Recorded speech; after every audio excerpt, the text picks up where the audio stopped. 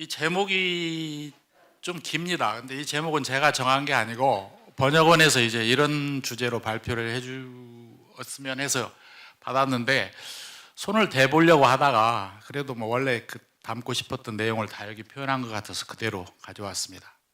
원래 제목이 좋아야 되는데 뭐 전쟁과 평화랄지 죄와 벌 이렇게 돼야 되는데 이건 뭐 요약하면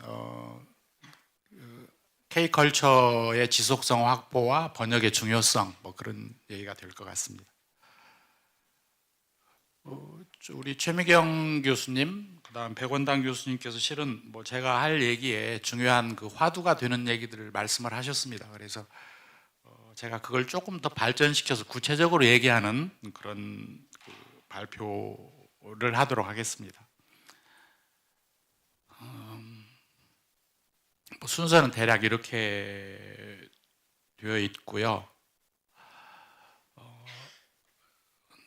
앞부분에 이제 첫 번째 이 슬라이드는 그 코리아 파운데이션에서 이제 그 뭐 한류를 놓고 여러 부처 간에 이제 경쟁을 하는 것 같습니다. 그 뭐 이런 통계나 이런 것들을 제가 코피스인가 이런 기관에서 굉장히 열심히 하는 걸 이제 제가 알고 있는데 KF에서도 뭐 자기들도 연관이 있다고 생각을 해서 꽤 열심히 이제 공간들을 귀찮게 해서 이 지표를 만들어낸 것 같습니다. 그래서 이제 여기 나와 있는 내용은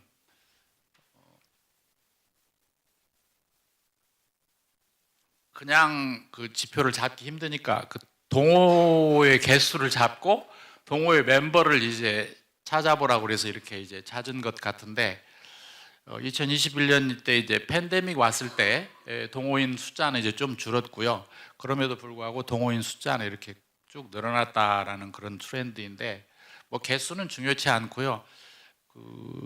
이 K 컬처 관련 그 K 대중문화 관련 그 동호회 활동하는 사람 숫자가 2억 2천 정도 된다는 거죠. 그러니까 우리 그 남한 인구의 또는 한반도 전체 인구의 뭐 5배, 3배 정도의 사람들이 어쩌면 우리보다 더 열심히 이걸 이제 즐기고 있다라는 것이고 이 이외에 느슨한 그 향유자들은 훨씬 더 이제 많을 것입니다.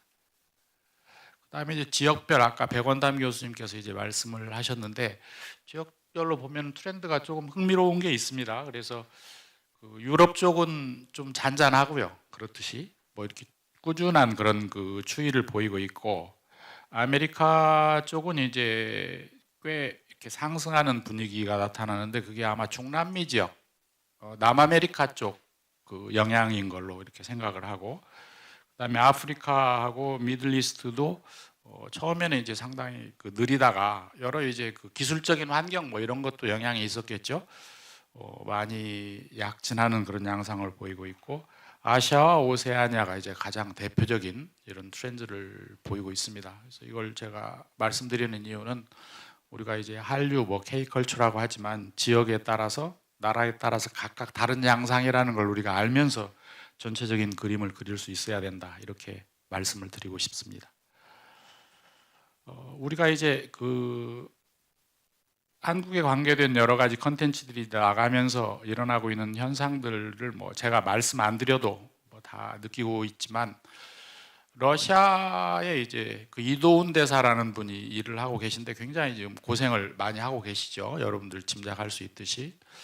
근데 본인이 낙담하고 있다가도 그 우리 대한민국 국기가 달린 대사 차를 타고 크렘을에 일이 있어서 갈 때 러시아의 젊은 사람들이 막 박수를 치고 손을 흔드는 걸 보고 아 내가 이 일을 좀 제대로 해야 되겠다 그런 응원 같은 걸 이제 자기가 느꼈다고 합니다. 그러니까 모든 분야에서 이것의 그 파급 효과가 굉장히 그 영향력 있게 등장하고 있는데 그걸 다양한 방식으로 활용하고 소통하는 것은 이제 각각의 분야에 있는 사람들의 몫이다 이렇게 얘기할 수 있습니다. 제가 이제 지하철을 타보면 2호선 관찰해 보면 외국 사람들의 그 다양성이 굉장히 이제 늘어나고 있고요. 제가 듣는 그 외국어들도 아주 다양해지고 있고 연령층도 젊은 사람뿐만 아니라 가족 단위 뭐 이런 단위로 굉장히 다양해지고 있는 걸 이제 느낄 수 있습니다. 굉장히 이제 매력 있는 나라로 이제 떠오른 것이죠. 우리 컨텐츠가 이제 뭐 스토리텔링도 힘이 있고 뭐 영상도 잘 만들고 또 제작 시스템도 좋고 이런 것들이 아마 이제 영향력을 발휘한 것 같고요. 뿐만 아니라 거기에 담겨 있는 그 메시지들이 뭐 희망, 사랑, 뭐 가족 이런 가치들을 느끼고 또 공감하는 경우도 꽤 있는 것 같습니다. 자연히 이제 한국어 학습자 숫자가 이제 너무 늘어서 그걸 이제 교육 프로그램에서 감당하는데 이제 힘든 그런 상황에 와 있는 것이 이제 숙제이고요.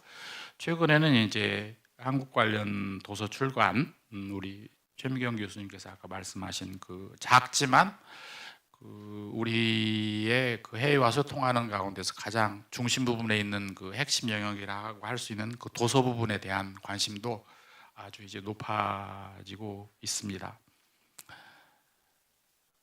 제가 이제 여기서 강조하고 싶은 건 하나는 우리가 생산한 어떤 그 컨텐츠들이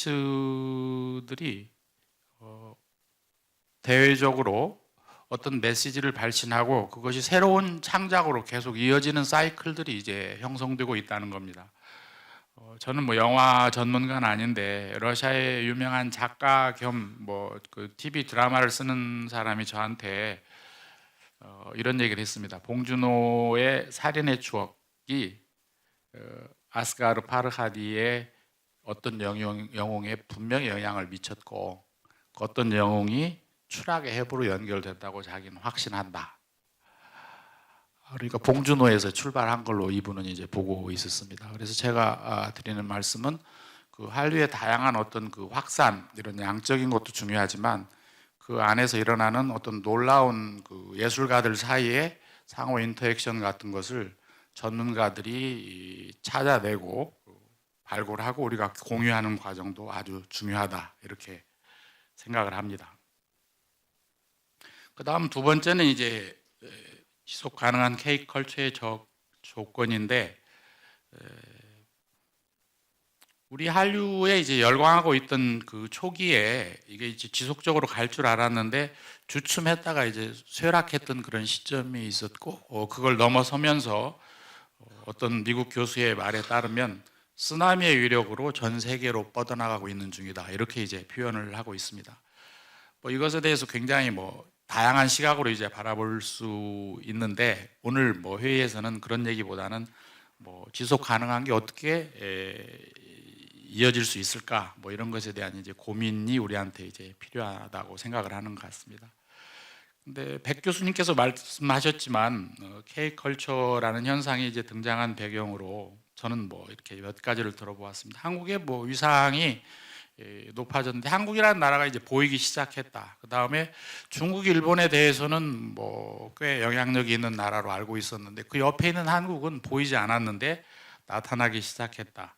또 한국의 상품들이 어느 시점에서 중요한 역할을 했다. 또 동시에 또 세계적으로 어떤 문화의 트렌드에서 서구 중심의 기존 대중문화 트렌드에 맞서는 대안을 탐색하는 과정들이 여러 곳에서 있는데 그것하고 이제 우리가 이렇게 조응한 그런 점이 있다. 그 다음에 우리 컨텐츠가 갖고 있는 차별성, 또 보편적 호소력 뭐 이런 것들이 이제 힘이 되고 있다 이렇게 생각을 합니다.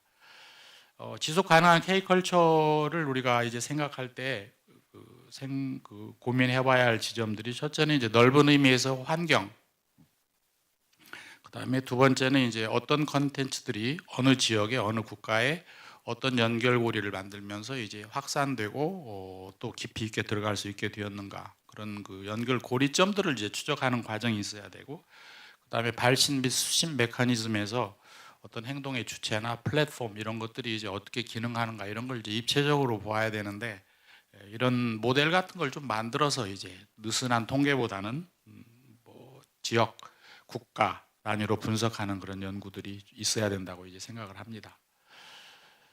K컬처의 이제 지속성을 제가 전체적으로 얘기하기에는 이제 버거워서 제가 전공하고 있는 러시아 사례를 중심으로 왜 러시아에서는 이런 현상이 좀 늦은 속도로 지금은 이제 꽤 수준이 올라왔지만 거기까지 진행이 됐고 또 제가 보는 좀 어려운 그 제약 요건들은 무엇인가 그걸 제가 얘기하는 걸로 이제 대신하려고 합니다. TV가 이제 중요한 역할을 하던 시기에 서울 올림픽이 있을 때 서울 올림픽을 이제 소련 TV에서 보이면서 한국은 미국의 괴뢰 꼭두각시인 나라에서 괜찮은 나라로 그냥 비춰졌습니다. 그 뒤에 소련 해체 이후에 물자가 굉장히 부족한 시기에 한국 물건이 이제 들어가면서 이건 제대로 물건을 만드는 나라다 이렇게 되어 있었고, 또 동양 문화에 대한 관심이 이제 미국이나 이제 그런 그 상업적인 그 서구 대중문화가 들어오는 것에 대해서는 반감 같은 게 일부 형성될 때 그 한류가 거기에 진입하기 시작했다. 첫 번째 중요한 지점은 모스크바 국제영화제에 진출한 한국 영화를 통해서 러시아 사람들이 한국 영화를 높이 평가하기 시작한 것이 이제 출발점입니다. 그 다음에 이제 대중적인 드라마나 뭐 팝 이런 것들이 이제 연결이 되었고, 지금은 이제 무슨 뭐 화장품이랄지 음식이랄지 이런 쪽으로 소비 시장이 놀라울 정도로 이제 확산 중이고, 여기 계신 박인나 교수님하고 지난 3월이죠. 모스크바 출장 갔을 때는 이제 거기에 대표적인 큰 출판사를 방문했는데, 자기들이 도서를 발굴해서 이렇게 번역자를 훌륭한 분을 찾는 그런 과정에 이제 진입한 걸 확인할 수 있었습니다.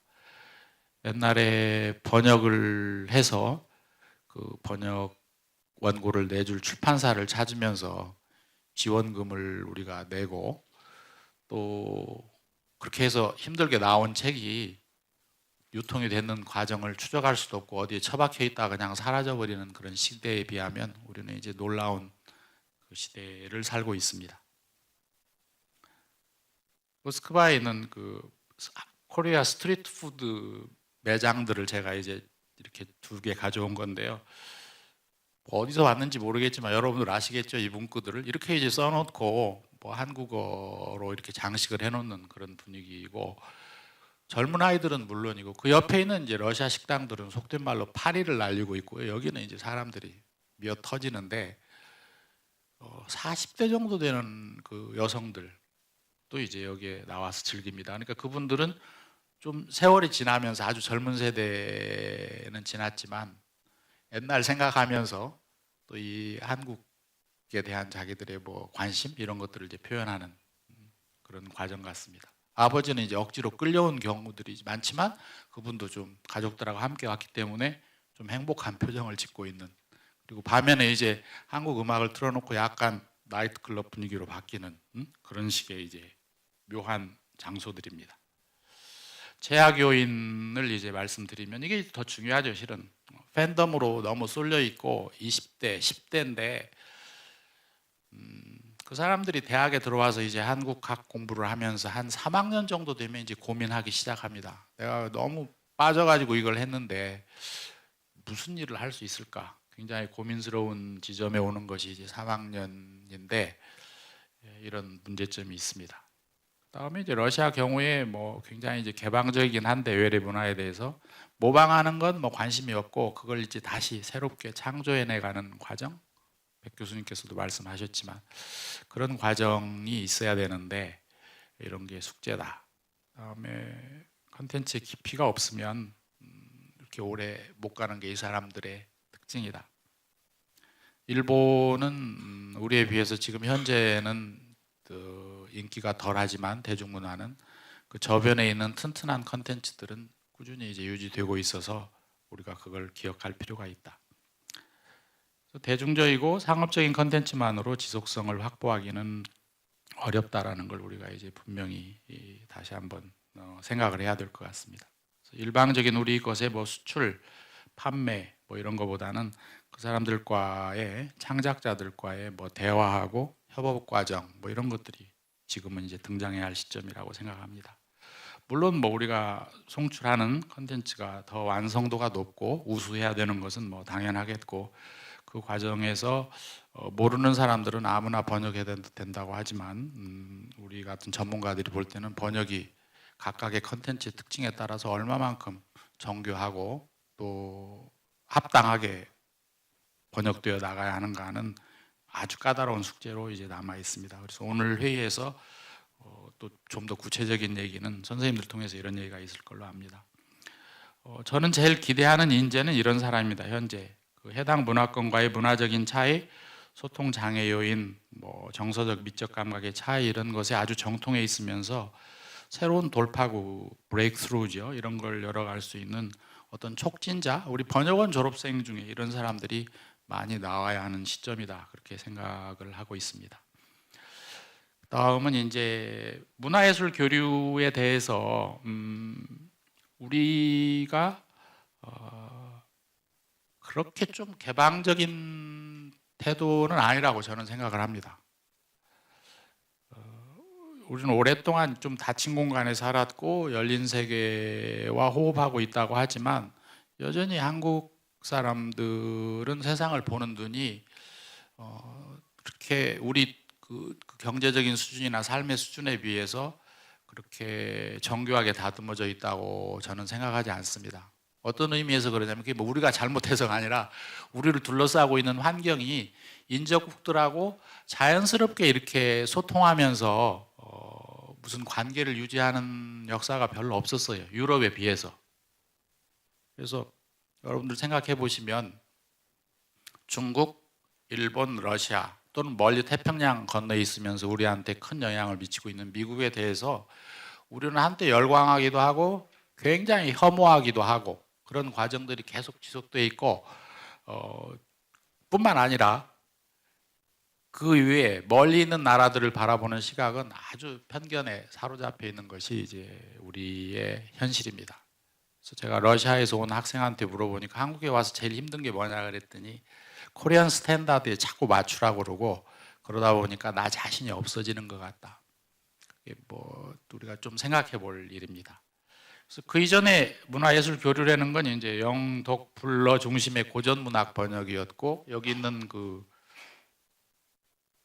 요거는 정음사에서 73년에 나왔던 이제 그 도스토옙스키 전집인데요. 획기적인 사건이었고 이런 일들이 이제 가장 큰 사건들이었습니다. 전에는. 근데 지금은 이제 정음사는 문을 닫았고 도스토옙스키 전집에서 몇 권만 뭐 어느 출판사에서 복간을 한 해 만에 하는 그런 시대에 와 있습니다.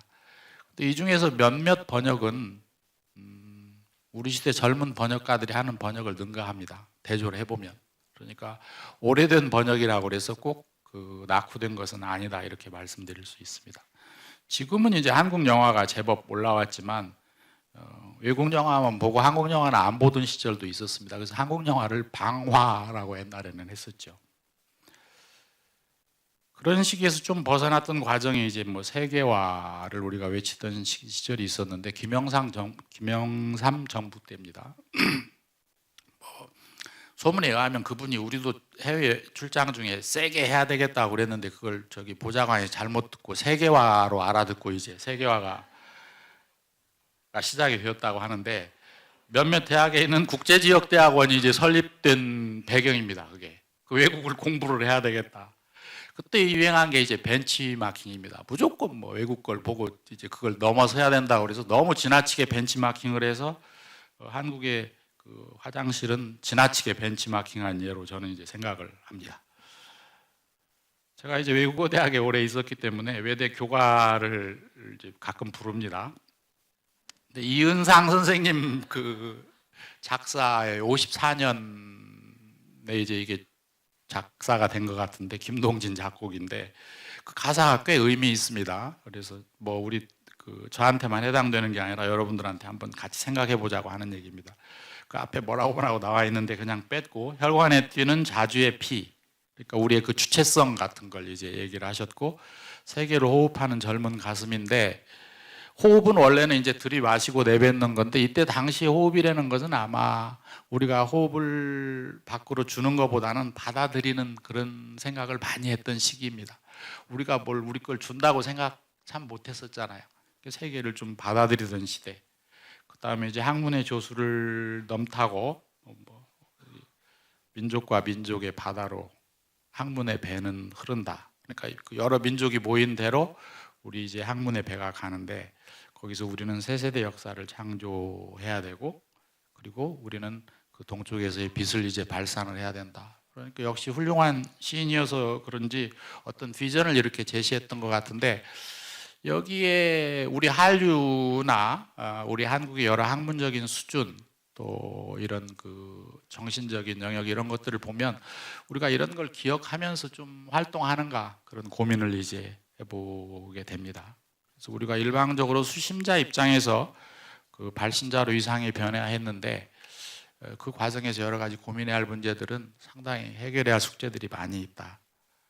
그리고 우리가 중요하게 여기는 한국 문학이 이전에는 세계 문학과 한국 문학을 완전히 구별했었는데 세계 문학 속에 한국 문학의 한 줄기로 들어가서 같이 움직이는 시대로 진입한 것도 커다란 변화입니다.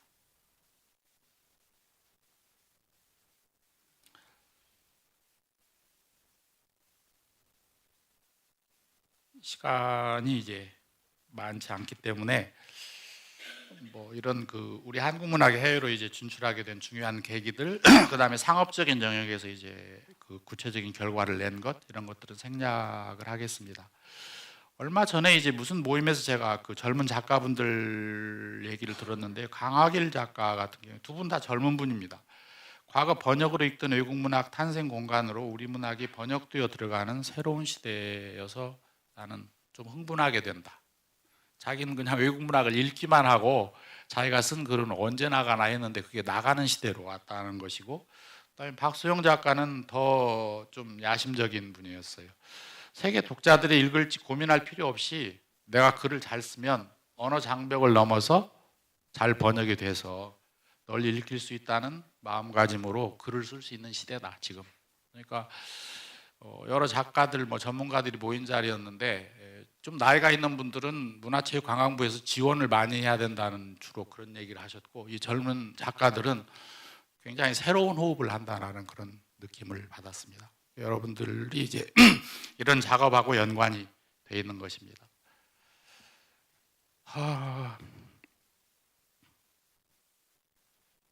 문화예술 교류가 어떤 것이어야 되는가에 대해서 제가 두 가지 사례만 이제 그 말씀을 드리고자 합니다.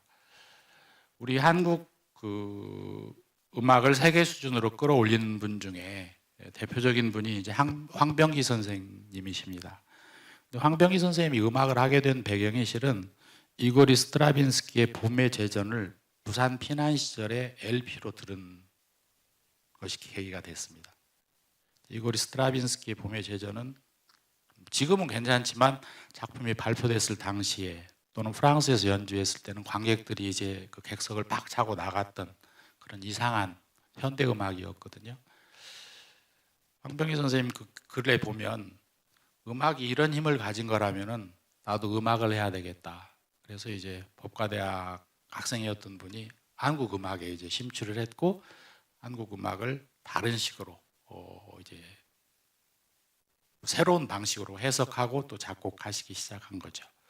그러니까 우연히도 이 두 분은 다 법과대학 출신들입니다. 이고리 스트라빈스키도 페테르부르크 대학 법과대학 출신인데 이런 과정이 진정한 뭐 교류의 사례다 저는 이렇게 생각하고요. 그 다음에 이제 문학 부분에서는 윤우명 작가의 하얀 배, 내가 뭐 제가 인터넷에서 찾아보니까 뭐 대학 입시 수능 문제에도 가끔 이 작품이 나오더라고요. 윤우명 선생의 이제 하얀 배가 있는데 그 하얀 배는 똑같은 작품의 키르기스탄 작가 칭기스 아이트마토프의 하얀 배라는 작품에서 시작이 되었습니다. 중앙대학에 있던 김근식 교수가 번역을 했고 윤우명 작가께서 키르기스탄 여행 가기 전에 우연히 이 작품을 읽으셨던 것 같아요. 근데 그 작품의 내용은 이제 간단히 얘기하면 키르기스탄 소련 지배하에 있을 때 과거 기억의 사라져감, 그다음에 자기들이 굉장히 소중하게 여기던 어떤 그 사슴이죠. 사슴을 사람들이 잡기 시작하는 그런 과정, 뭐 이런 것들이 담겨 있고 주인공은 이제 아이입니다. 윤우명 작가의 하얀 배는 뭐냐면 거기에서 만난 고려 사람들의 기억의 문제, 상실해 가고 있는 한국어의 문제, 이런 것들을 작품으로 다뤘는데 작품에서 윤우명 선생의 하얀 배가 훨씬 더 저는 힘 있는 작품이라고 생각을 합니다. 근데 이 일로 윤우명 선생과 우리 한국 문학은 키르기스탄한테 정말 좋은 선물을 준 거예요. 키르기스탄의 대사한테 지난번에 얘기하니까 모르는 것 같더라고요. 그러니까 이런 식의 과정들이 우리 현재 그 상황에 맞는, 우리 위상에 맞는 어떤 교류의 예들이다 이렇게 얘기할 수 있습니다. 제가 이제 여기 질문을 잔뜩 써놓았는데 이거는 좀 우리가 고민해야 할 지점들인데 이렇게 제가 질문을 제시해 봤습니다. 한류는 진정한 의미에서 문화예술 교류에 진정한 의미라는 게 중요합니다. 기여하고 있는가? 그 다음에 우리는 열린 마음으로 외부 세계를 대하는데 한류는 기여하는가? 다음에 아까 백 교수님 얘기했듯이 다양성 속에서 서로의 차이를 알고 인류 공통의 질문을 함께 성찰하며 창조적 활로를 찾는 문화예술 본연의 사명에 우리 한류 콘텐츠는 적극 참여하고 있는가? 그 다음에 우리 문화예술의 깊은 뿌리와 전통의 바탕을 둔 자주적, 독창적 콘텐츠 창작에 합당한 노력을 쏟고 있는가? 그다음에 상업적 콘텐츠 이외에 해당 문화권의 엘리트 문화와 소통하는 데 필요한 플랫폼이나 제도 구축에 협업하고 있는가? 이런 것들이 이제 우리의 과제라고 생각을 해서 제가 열거를 해보았습니다. 그 다음에 이제 번역의 문제인데요. 한류 컨텐츠가, 한국 컨텐츠가 세계와 소통하는 과정에서 우리 전문 번역가들의 위상은 어떠해야 되는가인데, 아까 얘기가 나왔듯이 AI라는 것에 이제 큰 도전에 우리가 이제 직면을 했습니다. 그래서 그 얘기를 보태서 몇 가지 얘기를 하고자 합니다. 뭐 과거 얘기는 제가 생략을 하겠습니다. 한류가 뜨니까 이런 얘기도 하셨어요. 그 민음사의 그 편집 주관하시는 그 박상순 시인이 그 한국문학 기념관이죠. 뮤지엄 그 개막 행사 뒤에 그 간담회에서 번역 없이, 제가 이제 번역이 중요하다 이런 얘기를 했더니 이런 얘기를 하시더라고요. 번역 없이 우리 문학이 바로 해외로 나갈 수 있는 시대, 빼먹었군요. 해외로 바로 나갈 수 있는 시대도 기대해 볼 수 있다. 굉장히 저는 뭐 발상이 좋고 이제 인정을 했습니다. 그러니까 무슨 얘기냐면 한국 문학 작품이나 시를 그냥 한국어로 읽으면 되지 뭐 이렇게 이제 번역을 중요하다고 얘기를 하느냐. 그렇게 되면 얼마나 좋겠습니까? 그런데 이제 저는 번역 없이 우리 컨텐츠를 발신하는 데는 이제 한계는 분명히 있는 것이고, 특히 시, 소설 또는 인문도서 이런 영역에서는 굉장히 그 환경이 이제 제약될 수밖에 없다. 그렇게 이제 저는 생각을 합니다. 그래서 한편 저분 발상에 놀랍기도 하고 또 생각을 다시 하기도 합니다. 번역 없이 뭐 다른 언어권으로 진출할 수도 있습니다. 작가가 능력이 출중해서 그냥 외국어로 글을 쓰면 되는 사례도 있습니다. 나보코프의 롤리타가 그랬고, 우리 그 영어 공용화론을 주장했다가 묵사발이 됐던 복거일 작가의 The Nubian Sayings라는 그 싱가포르에서 나온 소설도 있습니다. 물론 뭐 한국어로 썼던 걸 본인이 이제 영어로 옮기신 것 같은데, 이런 식도 가능하지만 이건 정말 이제 드문 예들이고 결국에 이제 중요한 번역이라는 작업을 통해서 우리는 외국으로 이제 나갈 수 있습니다. AI 문제는 최미경 선생님이 얘기를 하셨습니다. 근데 만만치는 않은 도전입니다. 솔직히 그걸 인정을 이제 하고요.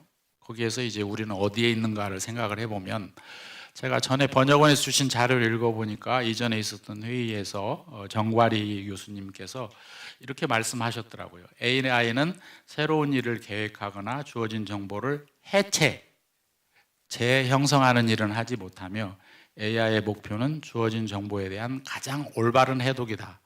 따라서 정보를 자유롭게 바꿔가면서 변형하면서 새로운 사실을 도출해내는 일은 할 수가 없는 것이다. 이제 번역하는 그 과정에서 정교한 어떤 그런 그 과정을 설명을 이제 하셨습니다. 그거에 대한 저는 요약으로 올바른 해석이 예술 텍스트의 진정한 가치와 결코 등가 관계를 이룰 수 없다. 그렇게 이제 말씀을 드리고 싶습니다.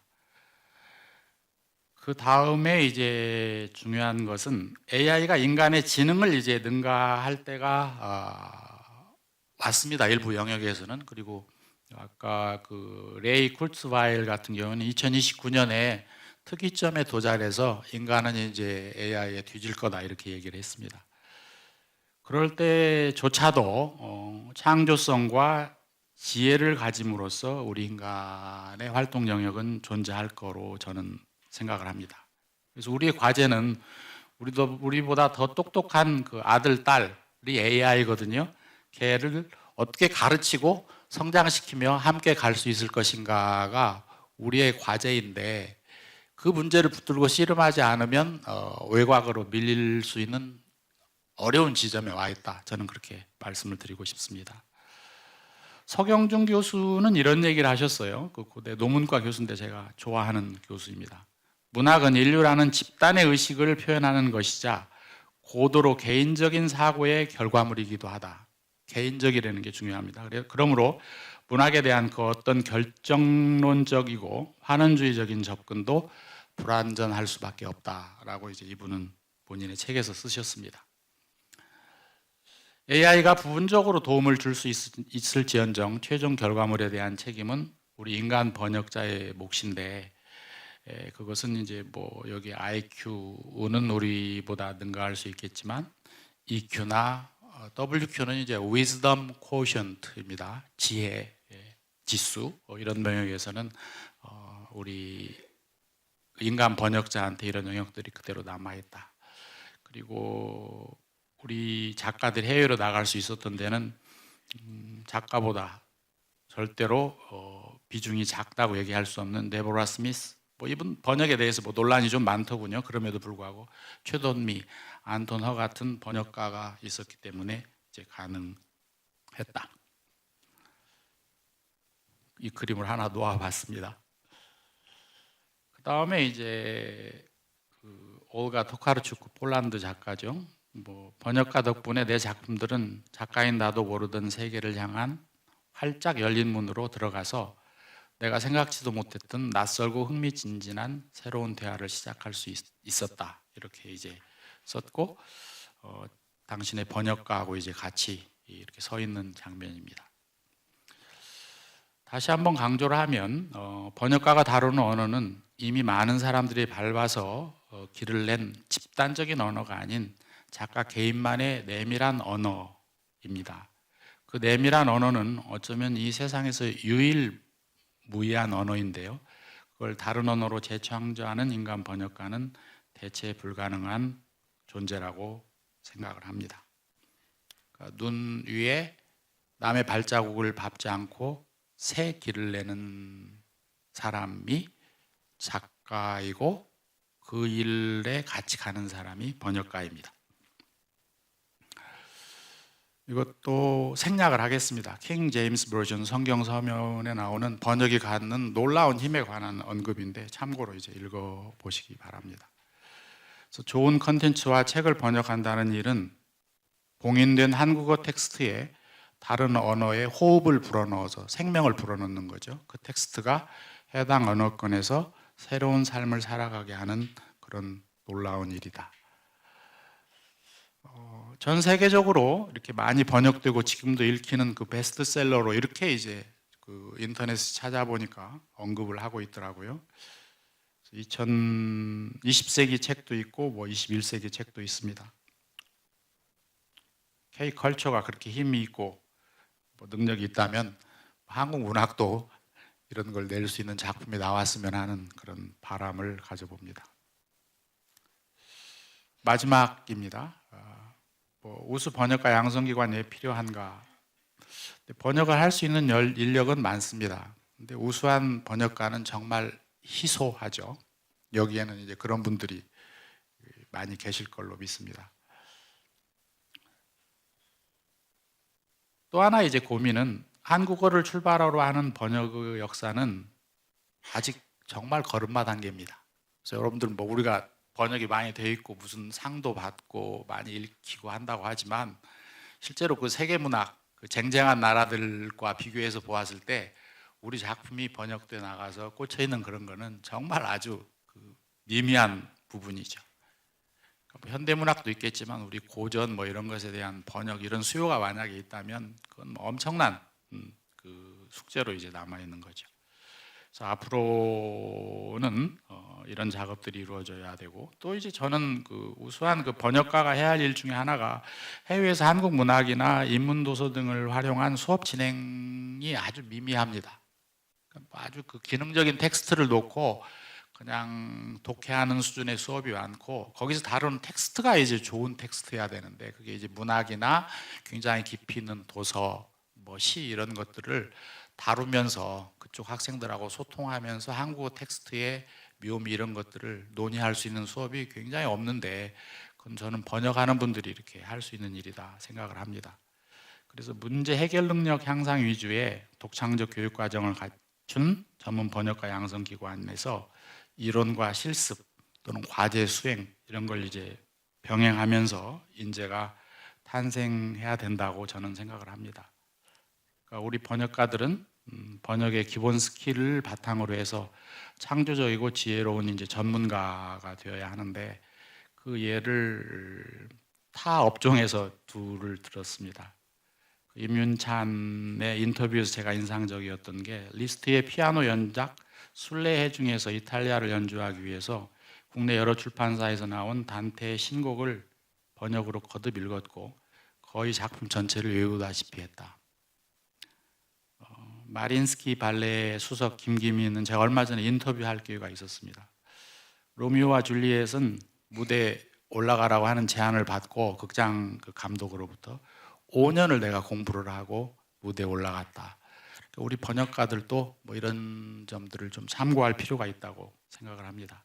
마지막 문장입니다. 번역가는 전에 모르던 큰 세상으로 향하는 문으로 우리를 안내하는 사람이며, 그 문을 열려면 아주 정교한 열쇠가 필요합니다. 상징적으로 경계 너머의 세계에 이르는 그 육중한 문이죠. 굉장히 어려운 문이 우리 앞에 있는데, 그걸 열 수 있는 작은 열쇠를 손에 쥐고 있는 사람이 여러분들 바로 진정한 번역가입니다. 그 열쇠를 만들어가는 방식은 제가 70년대 학번인데 그 이전에 만들어가던 방식하고는 완전히 달라야 될 것이다. 어떻게 달라져야 할까는 오늘 여러 선생님들하고 함께 이어지는 회의에서 논의가 될 걸로 생각합니다. 2분 초과했습니다. 죄송합니다. 고맙습니다.